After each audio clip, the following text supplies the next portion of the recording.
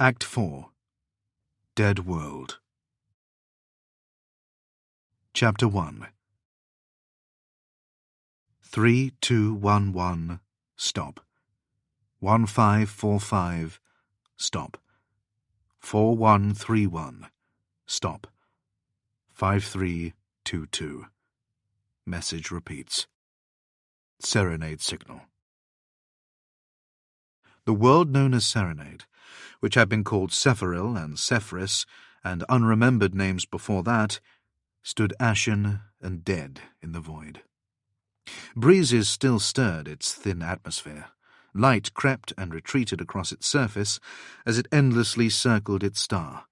Imperial shipwrecks orbited it, like the corpses of fish floating in a toxic pond. Once again, as during the primordial eras of deep time, the planet had no name. There was no cause for one. Even if the air had been breathable, there was no one to breathe it. All its resources were destroyed. The very mantle cracked open in chasms hundreds of miles deep. Its great furnace of creation, the liquid core that had built islands and continents by expelling trillions of tons of molten rock, lay extinguished and cold. With no resources to exploit, it fell off star maps. Lines of trade readjusted, the spacefaring goods cartels moving elsewhere. It was as sterile as the unthinking moons that orbited it. Rocks spiraling around each other in the eternal equations of gravity. No ships called, apart from the occasional wreck that succumbed to orbital decay and fell crashing to the still surface. So when the small fighter entered the atmosphere, its quad engines glowing like a candelabra in the dark of space, it would have been a singular event had anyone lived to witness it. The night scythe settled to a hover, 8 feet off the ashen surface, opened its glowing underslung portal. Trazyn, Overlord of Solemnes, Lord Archivist of the Prismatic Galleries, and he who is called Infinite, translated onto the surface. He was the first being to take a step on Serenade, he reflected, for 3 centuries. The going was easy. The Imperial bombardment had done its work well. Its fiery death throes had ignited the atmosphere and triggered instantaneous volcanic upheaval, throwing tons of ash into the atmosphere and creating the barren grey dunescape. Ash collected around the latticework of twisted plasteel beams and rebar, the only thing that remained of the great cities, forming ghoulish, skeletal structures that reared hundreds of feet high. Trazyn looked at the tortured sculptures and thought of the shaped bone of the Eldari cities, the branching corals of the undersea caves, and the unusual, soaring buttresses of Serenade City. In some perverse and mocking way, the song of Serenade still echoed. It echoed for him, too.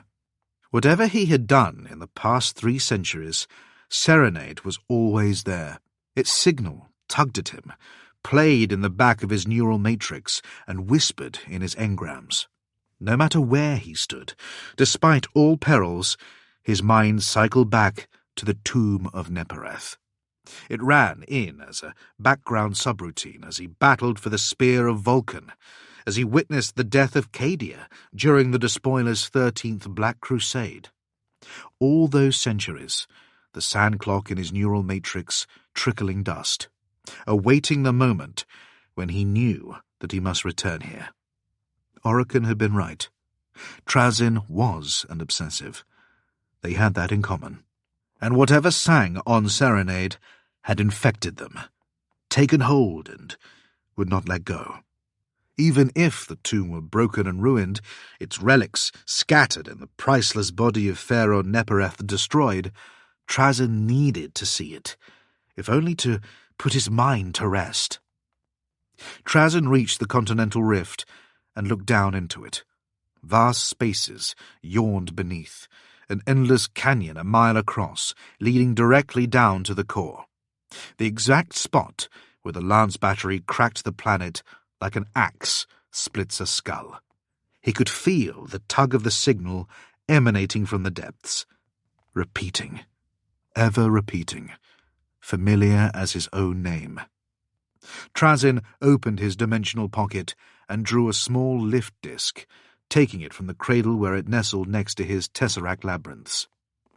He did not know why he had brought them, only that it seemed fitting. A homecoming, of sorts. He unfolded the disc and tossed it into the chasm, watched it catch and hover just past the point where Earth ended and space began. Trazyn stepped onto it and descended. As he did so, he held his obliterator high, igniting the arcane device inside so it cast a splash of white light on the sheared-off face of the chasm wall. Geological strata slid by, each epoch passing as his body sank ever downward, mind cataloguing each detail of the cross-section. The ruins of the Imperial City came first, its street level buried under compacted ash pumice, formed during the planet's scouring. The plasteel beams rising from the surface were only the highest remaining towers. Here, at the street level, Trazyn saw smashed war vehicles and ground cars, mobs of chitinous creatures fused together in their undulating waves by the sudden heat of the ignited atmosphere.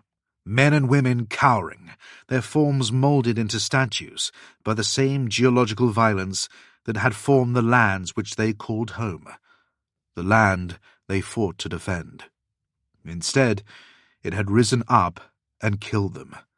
Below that were the colony settlements, little more than midden heaps and brick foundations. Here and there, the hint of a smooth, blackened object that might be shattered roof tile, a loose metallic bolt that Trazyn recognized by its chemical composition as being of Orkoid manufacture. Below, the ruined bone palaces of the Eldari, their temples and high places cast down by Trazyn's need for the jewel that hung at his hip. Was that when he had first been snared? When his destiny became irrevocably enmeshed with this world? He could not remember now why he had wanted the jewel so badly. It was unique, of course, but why not the entire temple? And he remembered the reverberations in the bone sanctum where the world spirit resided, and knew that even then the song of serenade was upon him. This world sings for the blood of Trazyn. He could hear it repeating, stronger now. It would not be long. Would Nepereth be there? Trazyn found himself dreading the prospect. It would be a great discovery, the greatest discovery, one so monumental that he had told Executioner Phileas and the Pharaons, the Awakened Council had dissolved since the Great Awakening and several of its members destroyed, that it was not possible for the tomb to have survived. He did not wish others coming to grasp for his prize, not when it was so close, and the entombment of Orokin had dissuaded even the most diligent of searchers. Who might dare try to succeed where the greatest chronomancer in the galaxy had failed? The fossils sliding by were of the great lizards now, not as the Exodites had ridden them, but a more primitive form, four-legged with short needle teeth, large but not so majestic as their descendants. Then, a culture that Trazyn did not recognize, an entire eon of the planet's history that was obscure and foreign to him. Megalithic ruins he could not identify, and low stone houses. A culture evolved and vanished, likely seen by none but him. Below were spiral seashells, their curves matching that perfect asymmetry that all creatures on Serenade achieved. And then came the Blackstone, a great sheathing layer of it, with channels left to carry the magma upward. It kept going, down, down, down to the core. And Trazyn realized that this was not a natural world. It had been constructed, built by hands long vanished, nigh impervious to the lance batteries and plasma detonations. Whether it was the work of the Old Ones, the Catan, or some other vanished species, he did not know. But as he found the channel he wished and stepped into the tunnel network, he knew it matched no work he had seen since. For the Necrons to create an artificial world was difficult and time-consuming, but possible. Ancient cryptex had imprisoned stars within great energy-harvesting spheres, and made generation ships that could autonomously navigate the spaces between stars with their crews in the grip of cryostasis.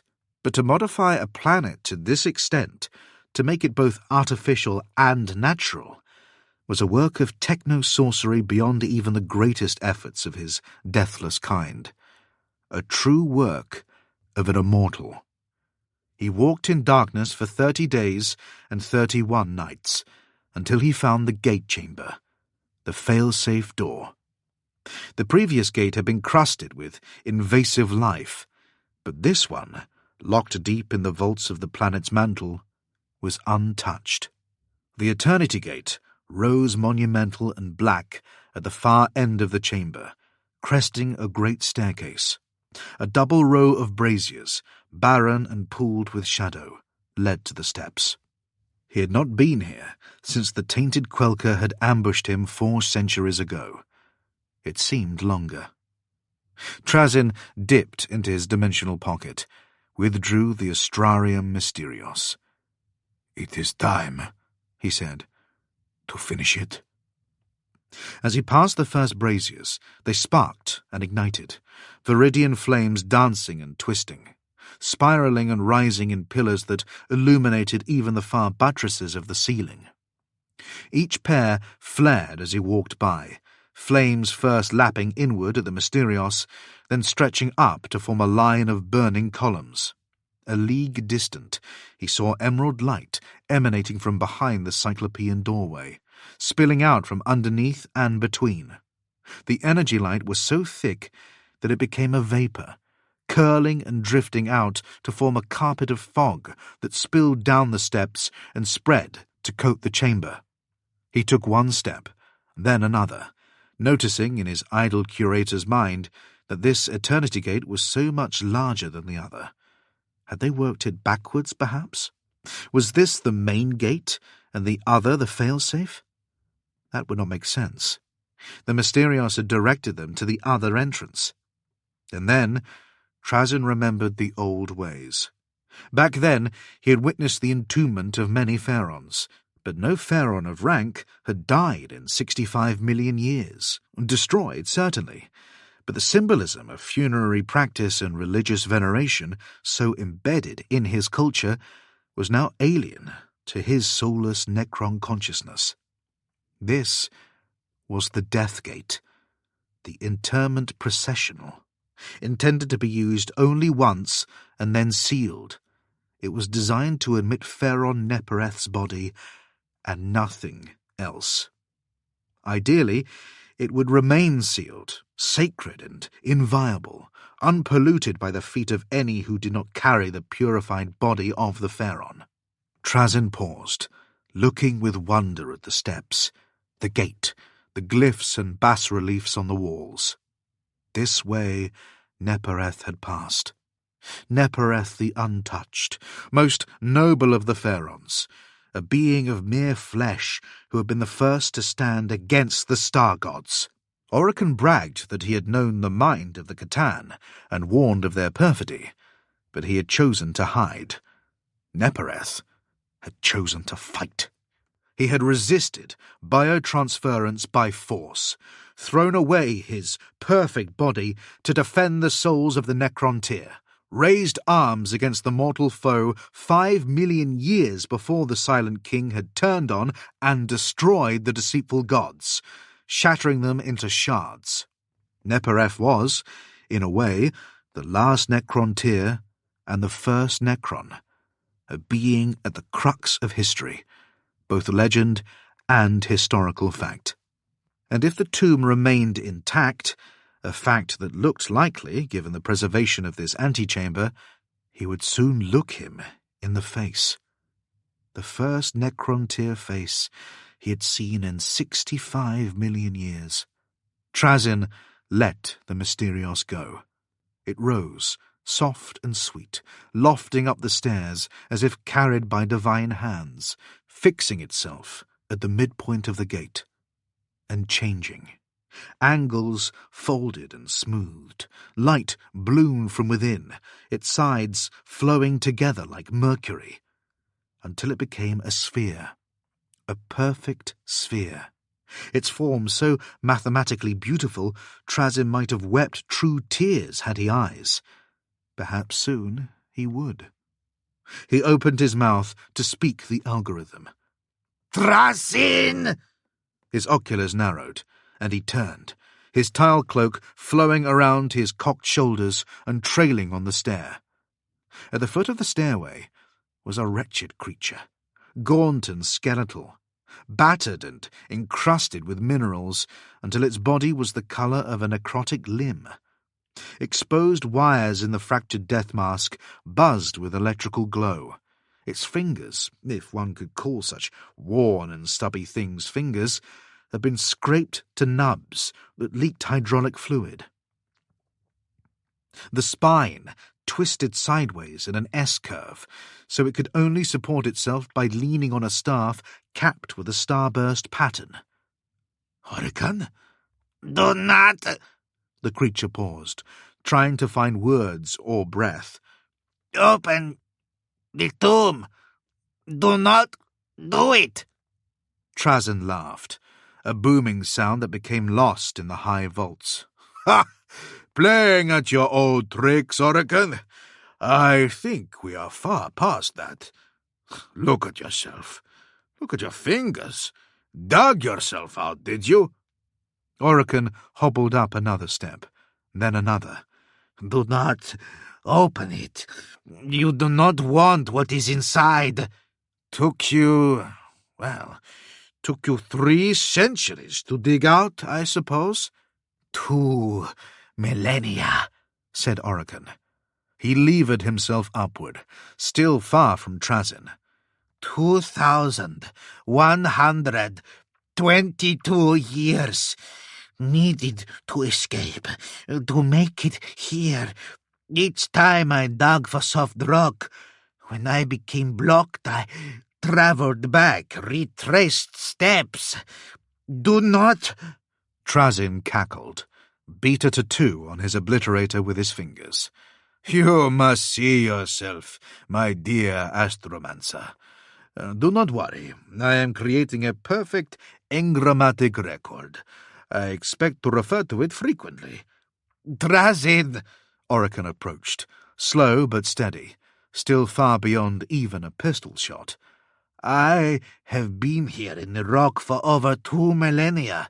I know, dear colleague. I have had a great deal of time to listen to the rock, the emanations thrumming through it, the Song of Serenade, I know. No, you don't. Trazyn, there are 2 songs. One is subtle, nearly undetectable, and it is a siren song, a meme virus that infects and attracts, like the thing that makes humans want to be with the gene stealers. It fires obsession. It drove Pocwelka mad. Oh, come now, don't expect me to believe. The second song is the number chain. You were right. It is a book code. And it is a warning from Vishani, a warning to stay away. The message is based on war in heaven. The first chain, 3211, designates Act 3, Scene 2, Line 1. First word. It tried to convince me not to listen to the signal. It said it would give me the flare virus. Whatever is inside... So what is inside? Orokin was getting close, within a short sprint. I do not know. Trazyn danced up a few steps, teasing him, keeping his distance. All right, then. Let's see for ourselves, shall we? Trazyn, please. You have won. I am humbled. Do not destroy us both to prove... Trazyn spoke the algorithm.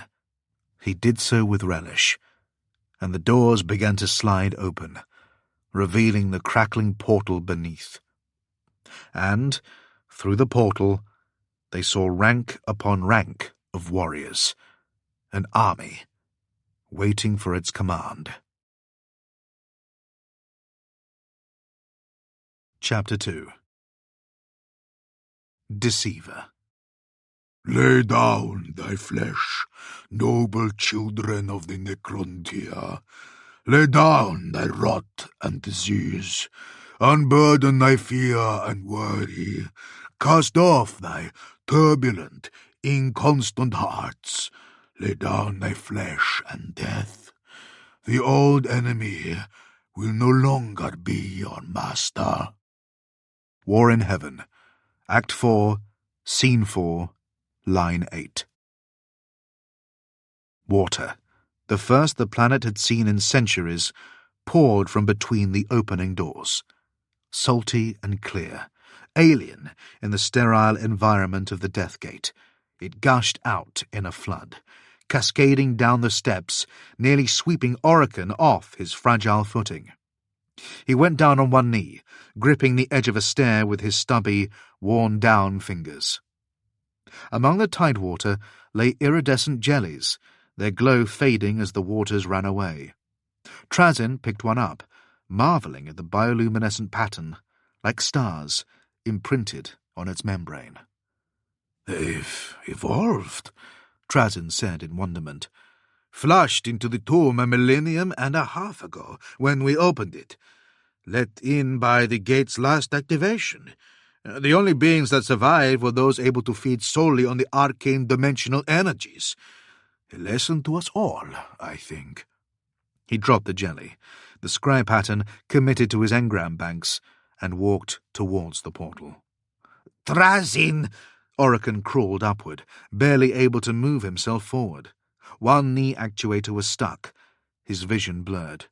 Trazyn, do not— The first of many new discoveries. And Orokin realized that the archivist was not talking to him, was in fact talking to none but himself. Orokin tried to push himself, could not. He had burned so much of his energies digging out, trying to get here in time, wasted himself away to get to this moment. His reactor was reaching critical state, not overload but cycle down. He'd run far closer to the red lines than was safe, and had done so for 2 millennia. A century ago, he'd cleared all his system warnings, because they'd cluttered his vision so extensively that he could not even read each individual message. Only by opening himself to the cosmos, to the all-flowing energies of space and the zodiac, could he even bear to stay ambulatory, to repair himself enough to get this far. But the rockfall had damaged his energy collectors, and, though the powers of the universe were flowing swift and free, he could but sip from them as they streamed by his frame. An old master of his used to be fond of the parable of the man and the straw, about a man who had tried to prevent disaster by drinking the raging floodwaters sweeping down a canal. For every sip, 10,000 barrels worth passed by and devastated his village.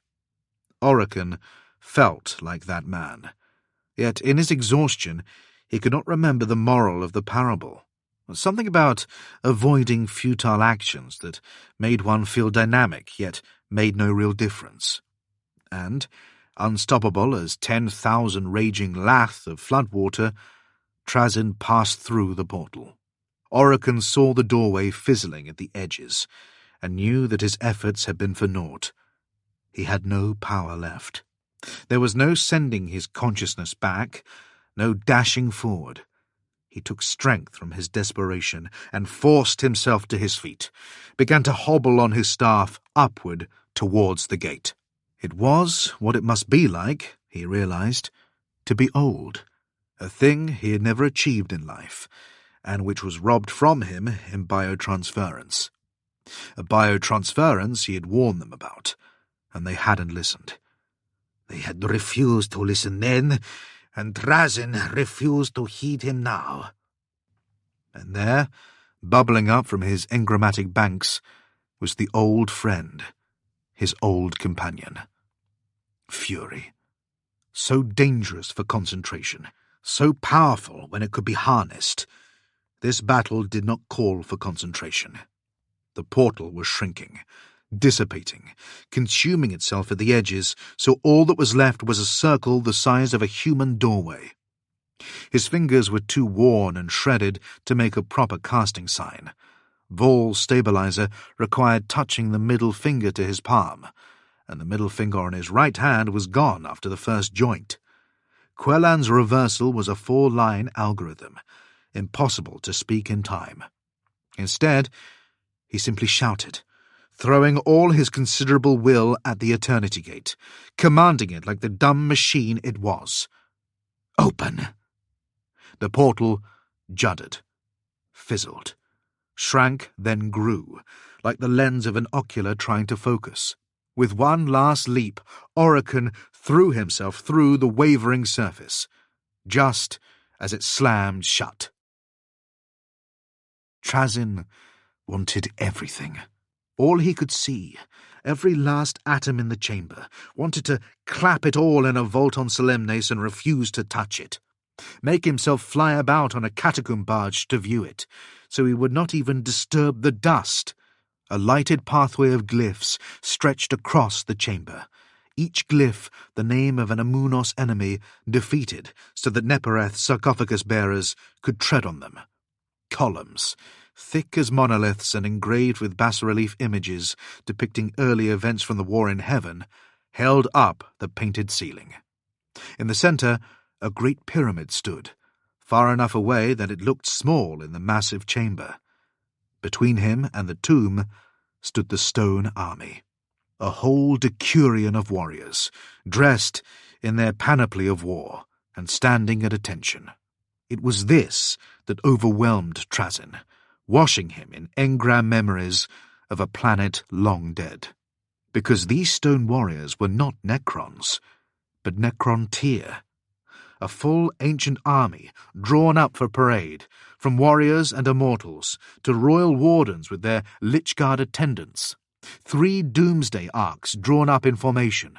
They faced what was presumably the central burial chamber, surrounding it as if the dead Pharaon were about to address them after a victory or a new conquest. Trazyn had not been prepared for seeing even a rough depiction of the Necrontyr form. Even though these statues were only the barest silhouettes, the details carved into the igneous rock eaten away by a millennium and a half immersed in seawater, a core deep inside him hurt to even look on them. He cursed himself for opening the Eternity Gate without stasis-locking the water, for allowing this act of vandalism to happen, swore that he would restore every statue. But he was almost glad of the weathering. The sight of a Necrontyr body, perfect in its depiction, might have overwhelmed him. Already, he was having difficulty walking towards the crypt chamber without stopping every few ranks to peer into a pitted face. "We were a great species," he said. "No more. The Necron is neither race nor species, nor a thing made by a natural process and evolution. We are now a thing forged, created, more permanent than this stone, yet having not half its spirit. These works of art were made by hands that lived, or knew what it had been to live. This is the last tomb of the Necrontyr, and the greatest." He could hear a drumbeat through the chamber, a stirring rhythm like a march, as if the stone musicians with their drums and cymbals had beat the advance. Trazyn's engrams called up images of old battles, old wars, the glory of the Necrontyr, a people ill in body but whole in spirit, who conquered the stars. None but immortals and gods could stop them. Entranced and sheathed in wonder, he nearly didn't see his perception suite's proximity alarm. Trazyn turned and caught Orokin's staff, arresting its swing. "You are weak, old rival." Trazyn had needed only one hand to stop the blow. "Laughable, really. That strike was no stronger than a human's." Trazyn tore the weapon out of the astromancer's battered hands and tossed it away. The diviner came at him, hissing like a hooded ash serpent, and Trazyn caught him with a backhand blow to the cranium, sending Orokin sprawling, his damaged death mask leaking reactor fluid. He staunched it with a hand and dropped down on one knee, steadying himself against the floor. "Listen to me," mewed Orokin. "The warning." Stay down, you simpering lunatic. Can't you see I've won? Trazyn turned, felt a hand gripping his tile cloak. "There is no winning, Trazyn." Orokin gripped the cloak. Trazyn snatched it out of his grip, and Orokin took hold of the archivist's steel foot. "Don't you see? It has a hold on you. You're bewitched, you smug cretin, it says." Trazyn twisted his foot free and stomped on Orokin's cranium, slamming his whole weight down again and again, watching his narrow skull bend and flared headpiece crack. Shattered the open ports of his energy collection panels. The archivist lost himself in the cruelty of it, spat words he could not remember formulating. "How dare you! How dare you touch me, you insect! Destroyed my artifacts, kept me from my work, dragged me into this, and now cannot stand that I've bested you. Once again, you nearly ruin everything, just as before. That is not your voice, Trazyn's metal heel slammed into Orokin's mouth, and the rest was only a buzzing. And Trazyn went on his way, the broken, crawling astromancer falling further and further behind. "The Song of Serenade," Orokin said, unheard, his vocals glitching. "It says, do not be deceived." The stasis crypt was twice as high as a monolith, the four corners of its base fed by eternal reactors. This was the drumbeat of the chamber, what must be the Song of Serenade. 4 reactors kicking at intervals. No sinister spirit communication, no malign entity driving them to a massacre. Nothing exotic or bizarre. Simply the clean workings of Necron-tier technology. The thrumming of them comforted Trazyn, soothed him. The reverberations felt enticing, like an oil bath, made him want to enter the burial crypt and be surrounded by that massaging beat. How long had that fool Orokin led them astray with wild theories? Even in his anger, Trazyn did not want to try and calculate. Finally, he was rid of that stargazing deadweight. Better for it. There were seals on the door, 4 of them, formed from technology that was antique and powerful, each with a cartouche formed with different geologic material. They warned not to open the crypt. Pretended apocalypses, curses and calamities most impressive. Trazyn did not even read them. There were always warnings. There had been warnings on the last gate, warnings about the stone hanging at his hip, the one he'd taken from the Eldari world spirit, warnings on grimoires that whispered of demon possession and all-devouring beings. And yet, here he stood, having violated sacred gateways and taken forbidden things, still very much alive. He would have liked to keep the seals. They were, after all, significant, but he cared more about what lay within. He summoned his obliterator and swung the artifact weapon at the first seal. 1. A cartouche pressed from lava rock, cracked under the swing of his staff, the archaic seal under it crushed with a sound like drawing breath. "Please, Trazyn," an interstitial message from Orokin. He dismissed it. 2.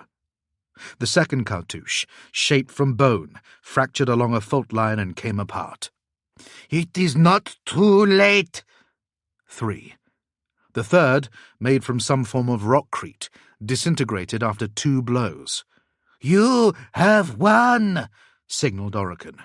"I admit your supremacy. I will do anything, even promise vassalhood, if you agree for us both to leave."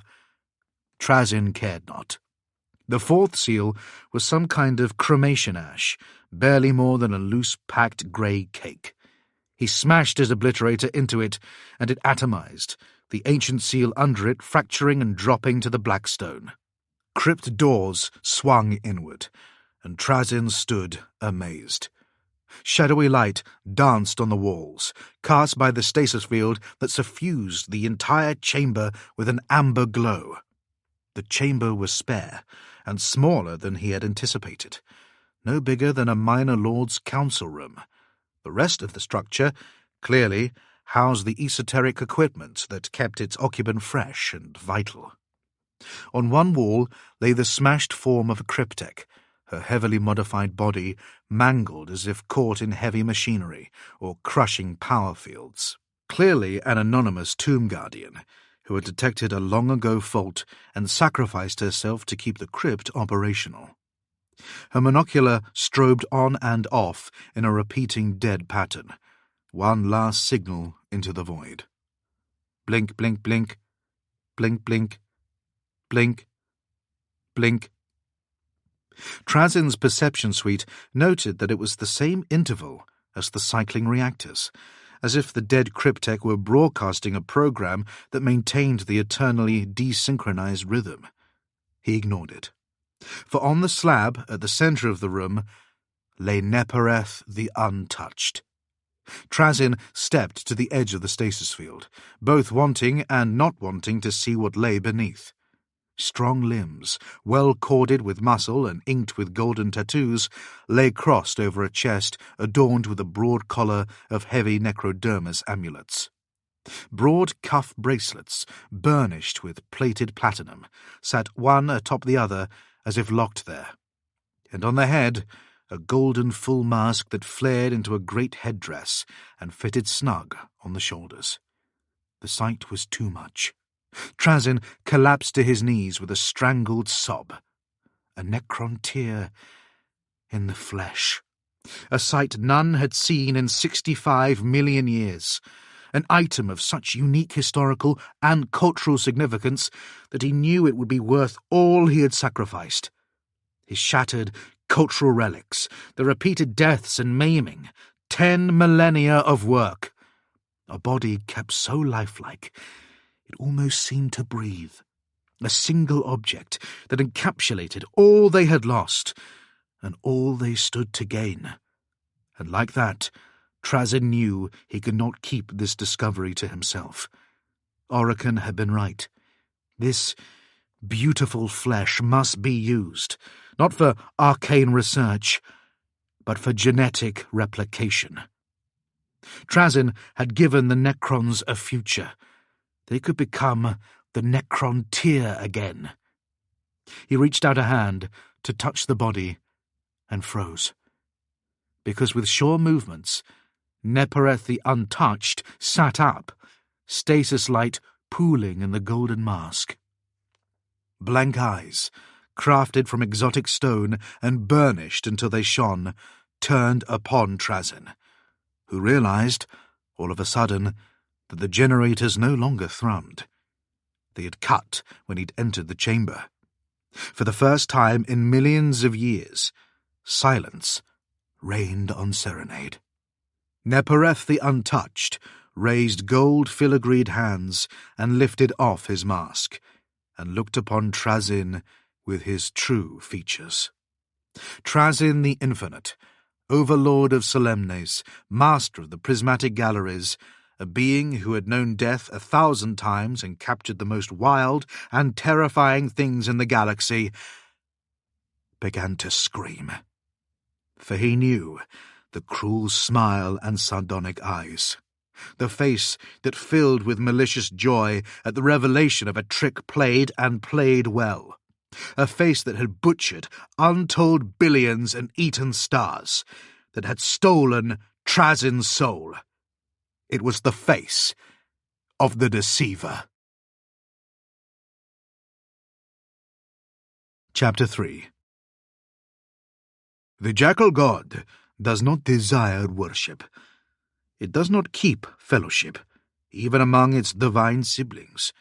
It cares not for fates and fortunes. The devious one wishes only to feed and laugh as it does so. The Book of Mournful Night. Child Trajan, said Mithritan, the deceiver, betrayer of the Necrontyr, I suppose I should express my gratitude. Yet it did take you interminably long getting here. Trajan said nothing. His hands clenched and unclenched, still down on one knee. Realization came slowly as he watched the C'tan's skull lengthen and deform, horns sprouting from the sides of the conical cranium to bracket the leering lips. When it spoke, Trajan felt its voice rattle through his entire system like an earthquake, shaking and numbing. The eyes, joyless but crinkled in humor, contained the cold blackness of the void. You have stolen Nepereth. I am Nepereth, the abominable god said. It twisted the cuff bracelets, breaking the seals that contained it. Broken from my greater amalgamation and replacing him as a babeling. Why do you think he was not subject to disease and decay? Some genetic mutation or engineering? As if a lowly race such as yours could produce such wonders. But why? The presence of the C'tan was overheating Trajan's neural matrix. He was struggling to process information, much less data that rewrote history as he knew it. Nepereth led the opposition to biotransference. He attacked the C'tan. The star god laughed, a reverberating sound that caused Trajan's central reactor to cycle out of sync. It tore the great tiled collar from its neck and dropped it at Trajan's feet. Convincing a civilization to part with their souls would never be a mere seduction. There would always be separatists, rebels, those unconvinced, the stubborn and hidebound, those with most to lose, they who, unlike you, my hunchbacked child, were not so desperate. We gave them a figurehead to rally around, a candle to draw the moths. It paused. You would know all about that, would you not, child Trajan? Trajan stood, took a step backward. Opening the tomb required two, the deceiver said. It did not step forward, but rose and glided, the lengthening hooks of its toenails scraping the black stone floor. One cunning enough to decipher Vishani's riddles, and one with the doggedness not to heed her pathetic distress signal. And of course, it nodded at the obliterator, an artifact weapon that could break the seals of binding. Orokin heard all. When a C'tan spoke, it was impossible for a Necron not to hear. He tried to estimate how many shards of the deceiver lay shackled in the crypt. 4? 5? Whole armies had fallen to a single shard, and a pair could render a planet lifeless within a month. Dragging himself upright, he steadied his broken body against one of the cycling down reactors, lifted a palsied hand over the energy port, and turned it palm side up, fingers tented like a flower bud shaking in a storm. His own reactor levels were critical. He needed no system report to tell him that. The world was fading, its images distorted. Trajan had cracked his ocular with his boot. When Orokin focused, the room around him looked broken and abstract, like the stained glass windows Trajan had so proudly shown him. But the colours had begun to bleed away. His left ocular saw static, and then nothing at all. He spread his shaking fingers, and the energy port opened in kind, triangular leaves folding outward. and channeling his last power reserve, he raised his staff's sharp butt, fumbling it towards the energy port. He was blind, going by clumsy feel, scraping and probing. He dared not let go of the staff and search with his hand, for it might slip from his weak, mangled fingers. There would not be enough strength, he knew, to retrieve it. The seer, he realized with characteristic self-cruelty, could no longer see. A scraping, a rattle of living metal on the staff caught. Oricon the Diviner dropped forward, sinking his weapon deep in the channeling port, his strength expended and the light in his ocular fading out.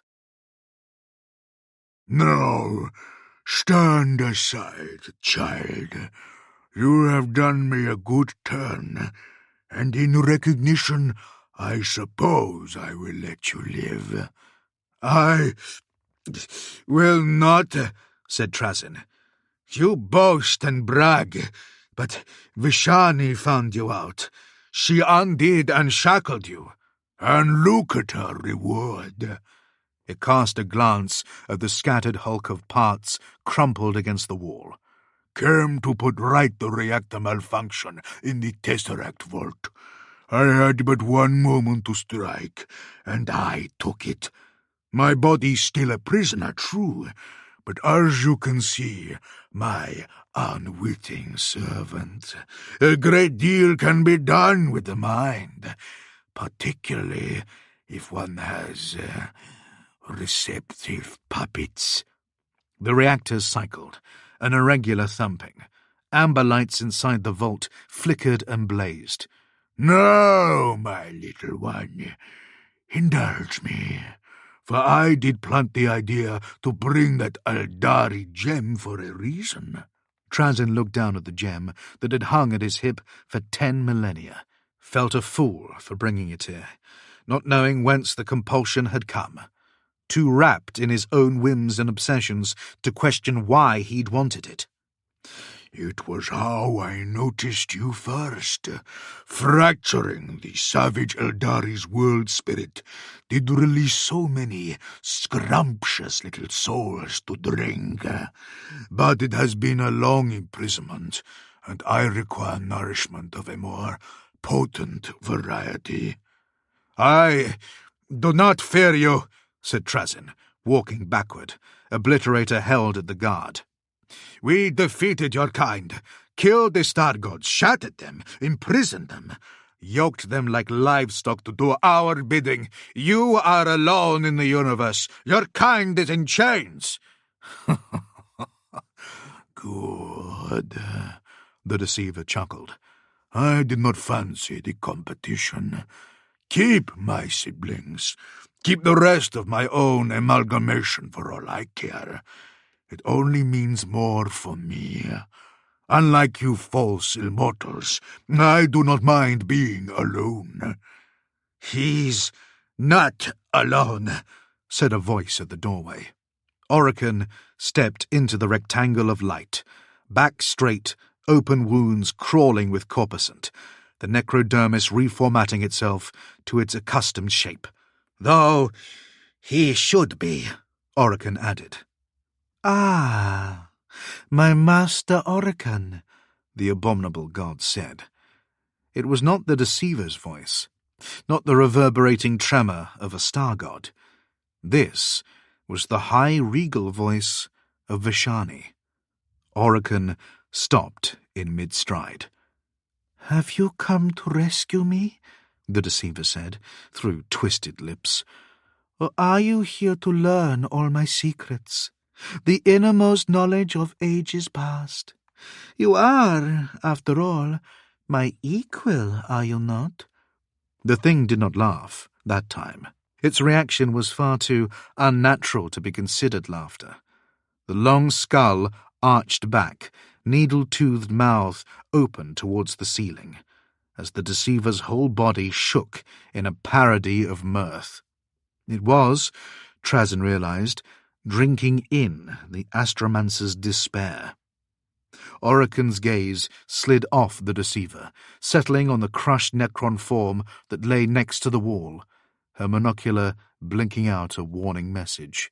All those long conversations, and you never realized.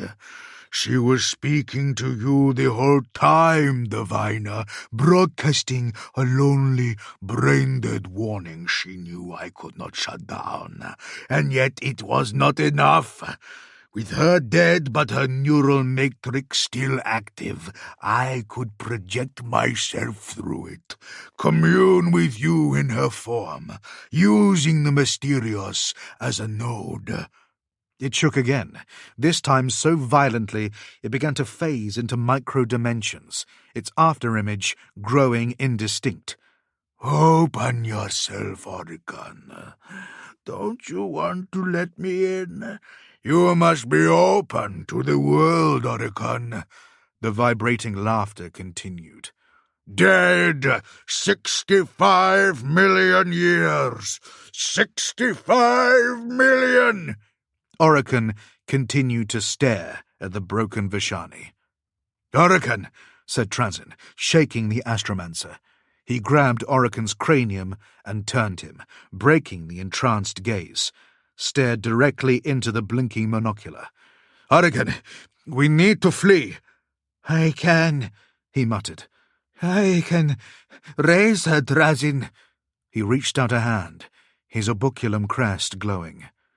Vashani's monocular stopped its idiot blink, held steady. A finger stirred. Pale light, dim as a low candle flame, flickered in her ribcage. Very good, said the deceiver, clapping. Very impressive, child Orokin. Let us see you bring her back to the living. Without her head raising, Vashani raised a single hand at the ceiling and made the triple horns of Kesh. Whipcords of energy lashed from the corners of the chamber, scouring the deceiver's light form.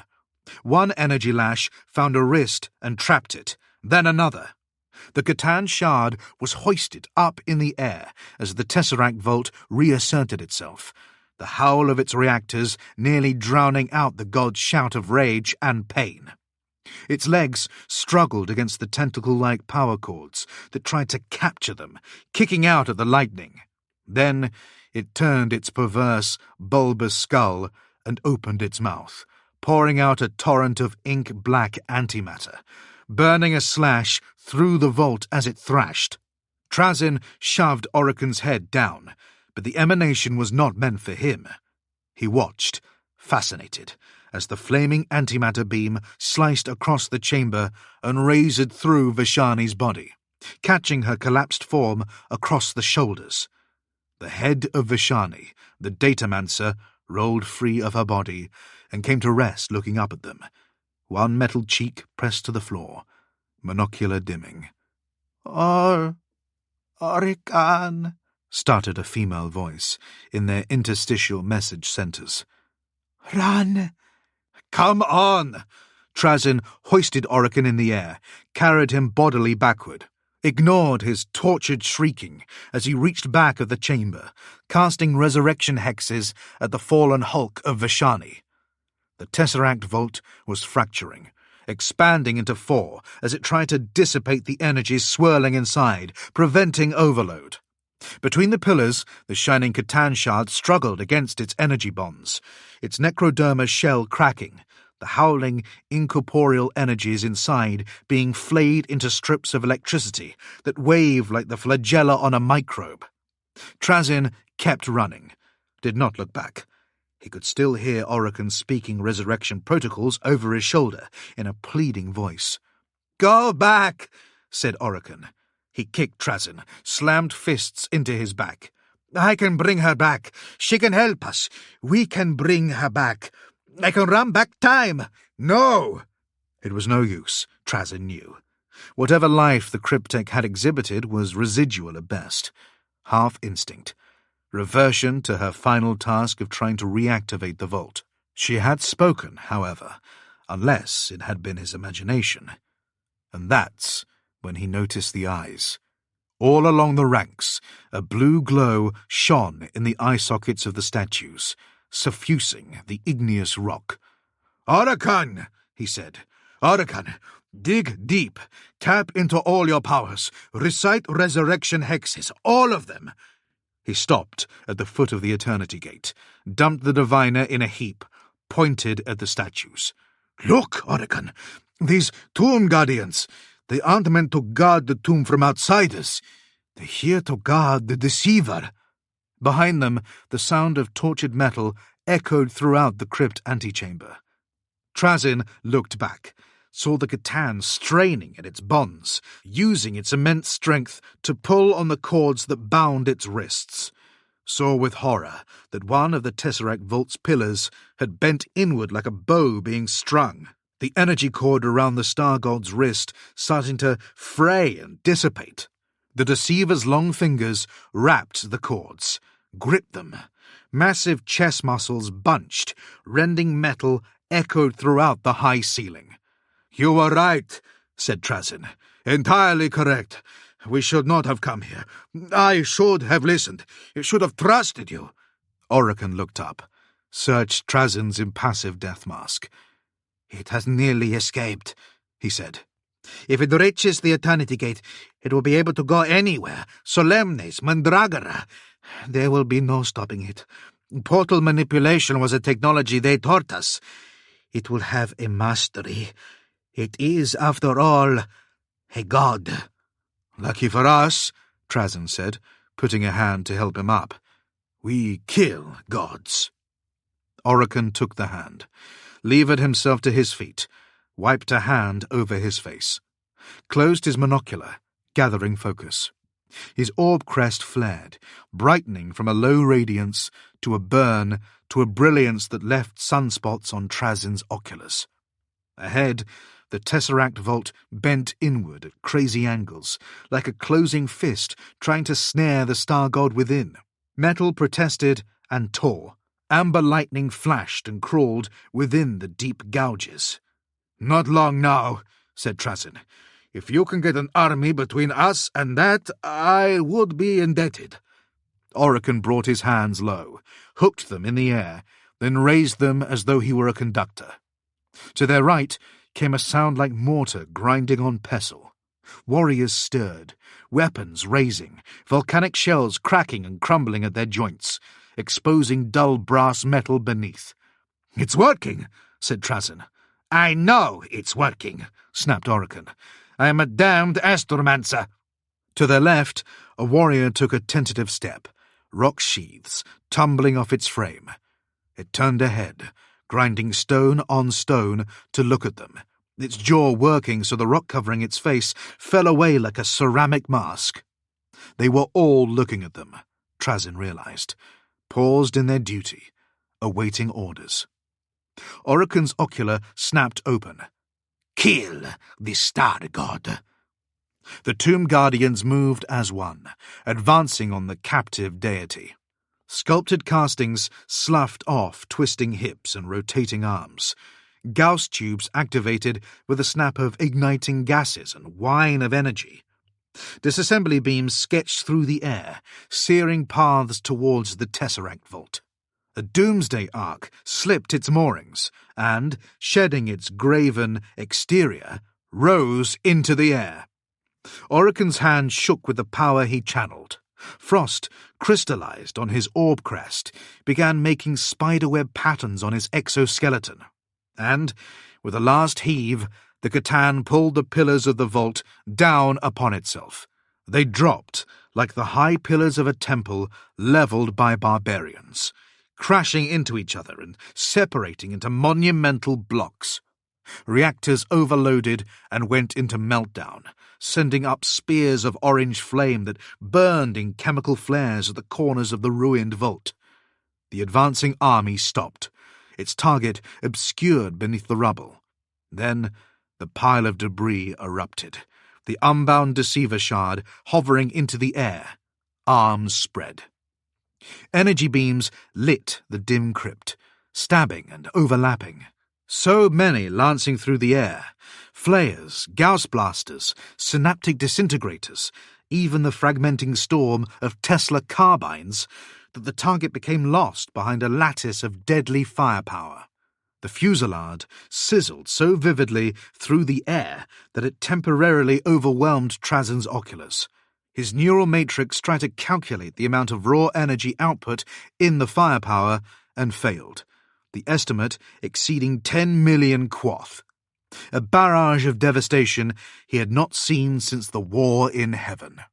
The warriors, too, must have overloaded their visual inputs, because the fire slackened precipitously, ocular systems scrying to reacquire the target. Smoke swirled around the space where the deceiver had floated, hazing the air, pouring off the body as though it burned on a pyre. And, as the smoke bank twisted away, it was clear the barrage had done nothing. The deceiver swiped its hand in a dismissive arc, and a phalanx of immortals melted. Living metal dissolving and running like candles stood next to a hearth. "No chance you could take on the energy form, is there?" Trazen asked, a hint of nervousness in his vocals. "Stars are ill-timed," said Orokin. "They were focused on Serenade, but wherever we are no longer on Serenade." He turned and gestured at the doomsday arc that was rising from the Blackstone. "Firing solution. Full power." The arc charged its doomsday cannon, its thick barrel emitting the blue-white heat of a solar flare, as its barrel veins gathered the writhing ball of plasma that would heat the unstoppable beam. "You bore me, children." The deceiver reached out a hand and splayed its fingers. From its palm flashed a sickly-coloured bolt that travelled not like a beam or blast, but like the dimensional rift it was. It came into existence and blinked out again, a horizontal slice of a dimension anathema to the one of air and metal. The dimensional bolt pierced straight through the doomsday cannon's aperture, triggering a blossoming chain reaction that ripped the arc apart from bow to stern, ghostly blue flames rippling out between the inverted ribs of the ship. The arc went bow down, sinking towards the floor as if it were slipping below the waves of an invisible ocean. When its nose touched Blackstone, its reactor overloaded, vaporizing a hunting party of death marks and a second doomsday arc that was struggling to break from its stone moorings. "Critical damage," growled Orokin. He summoned a phosglyph and directed a phalanx of immortals to move in on the beast's flank. The immortals opened fire with a crack of thunder, Tesla carbines showering the star god with spitting, wild electricity. Instead of fleeing, it summoned a web field that absorbed their ferocious electrical storm and floated towards them with hands outstretched. "Not me, my brothers." The immortals ceased their attack, and their spines straightened, ready to receive alternate orders. "Hell," said Trazen. "Do you wish to taste flesh, my brothers?" The voice reverberated in Trazen's organs. Fire from the Tomb Guardians continued wickering at the deceiver, reflecting off whatever unclean ward it had conjured. "You have been made soulless, but take the flesh of others, and you may once again be whole." The immobile troops began turning their heads, tracking something that was not there. Orokin looked for a microsecond, then cast his eyes away, not wishing to go mad. What he had seen, what the enthralled immortal saw, was a rent in space, a passage to a red dimension where bent, taloned things lurked, yellow eyes peering through a curtain of misting blood.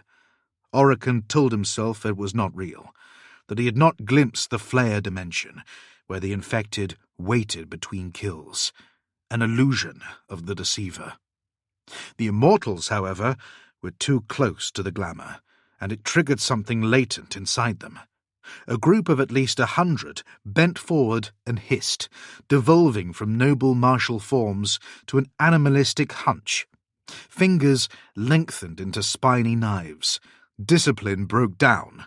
They swiped and nipped at each other like a pack of hunting hounds, blue eyes juddering and winking to amber.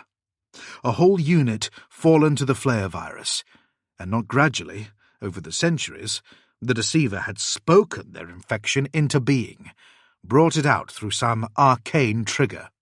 Then the deceiver opened its mouth and let out a sound that was not a sound, and the newly made pack turned on their comrades, slamming into the unit of warriors next to them. Wicked claws scored metal and sheared rubbery internal systems, tackling and biting. Amber eyes darting and weaving in the dark, dodging low, striking at exposed knee and ankle hydraulics to topple a warrior before descending on him with the slaughterous glee of madness. They pushed forward like a swarm of scarabs, mounting each other's backs in undulating waves of bladed metal, scrambling over the heads and shoulders of both kin and foe, crashing down onto the rear ranks, heedless of the wash of Gauss beams that stripped them back. The destroyed flares dropped, the sheer mass of them weighing down and entangling the warriors, dragging their Gauss beams into the backs of their own forward ranks. The deceiver moved on, levitating above a phalanx of Lich-Guard, who dropped their shields and swords, clutching their craniums and screeching static. Then, as one, their howls cut off, their vocal actuators silenced. They straightened, turned a smart-about face, eyes radiating the putrid amber of the deceiver's luminous skin. Fallen weapons flew to their hands, and they advanced, shields battering the immortals behind, fey swords and war scythes hacking in steady metronome strikes. Curved blades misted reactor fluid and embalming unguents into the air as the interdimensional vibrations shed the cool blue droplets. The sides clashed in full, tomb guardians against the corrupted, hacking and soaring, splitting the ether with dimensional weapons that left the very air molecules shorn in their wake. A fog, the blood of the torn fabric of space-time, began to billow and collect around the ankles of the struggling androids. Orokin's fingers danced over Fosglyph panels as he tried to counteract the corruption, form a herd immunity to the meme virus, keep control of their forces. Trazyn stood, saying nothing. His vitals were becoming colder by the minute. For a bare moment he had looked into the deceiver's eyes, and now he had a difficult time looking away. There he saw knowledge, the knowledge of ages past, if it could only be accessed. If he could step forward, he could trade the solar gem for anything he wished to know. Anything at all. The secrets of eons unknown. Orokin's security protocol raced across his vision, and he shook the thought away. The deceiver snarled, cursed in an ethereal vocabulary that rattled Trazyn's neurals and branded itself, looping and unreadable, on the data feed of his vision. The primordial horror threw its head back and vibrated, not the mirthful vibration from before, but a violent shaking that created double and triple afterimages. For a moment, there seemed to be 2, even 3 of it flashing in and out of being. And then there were. The Master Shard floated in the centre, 2 dimmer copies by its side. One swept left, corrupting a hunting pack of deathmarks who wheeled, amber-tinted monoculars not even shifting from their infrascopes. "It's fracturing itself," said Orokin, "throwing off shards so we can't focus our fire, making it easier to spread its system corruption." "Can it do that?" "Theoretically, it is unbound, an energy being, barely contained within a necrodermic shell. If there are enough shards fused together, it could break into as many pieces as it has shards. With it separating into 3 parts, we know that we are fighting a creature of at least 3 shards, likely 5 or 6 by power readouts. Cryptek containment rituals insist that no more than 2 shards be kept together. We are in uncharted catacombs here." The other deceiver shard broke right, a curving flight path that headed for the rising doomsday arcs. "And now," said Trazyn, "it's no longer a containment. It's a battle. Once those shards are done spreading their viruses, they'll come for us." Orokin spiraled through glyph readouts, rerouting power and writing target priority programs. "If you have any little tricks in your pocket," said Orokin, "I would appreciate knowing." "When have I ever disappointed?" Trazyn said, oculus fixed on the flitting Catan. He tore open reality, opening not merely a dimensional pocket, but a curved space in front of him. Tesseract labyrinths lay nestled in the curved space, arrayed before him as if he were a dealer laying out tiles for a game of Pharaon's peril. He removed the Eldari gem and placed it alongside the labyrinths. If the Catan wanted it, better to keep it here. Orokin stole a glance away from the battle management panels that hung before him in the air. "I hope you brought an army." "You think so little of me, dear colleague," said Trazyn, picking out a labyrinth. "I brought 5.